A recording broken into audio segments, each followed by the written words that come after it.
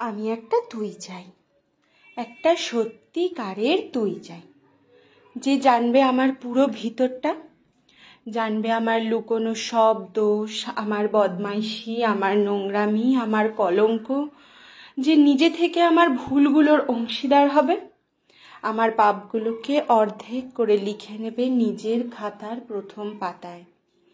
আমি এমন একটা তুই চাই যাকে আমি নির্দ্বিধায় উপহার দেব আমার সব অনিয়ম, আমার অপারগতা, আমার বদভ্যাস, আমার উচ্ছৃঙ্খলতা।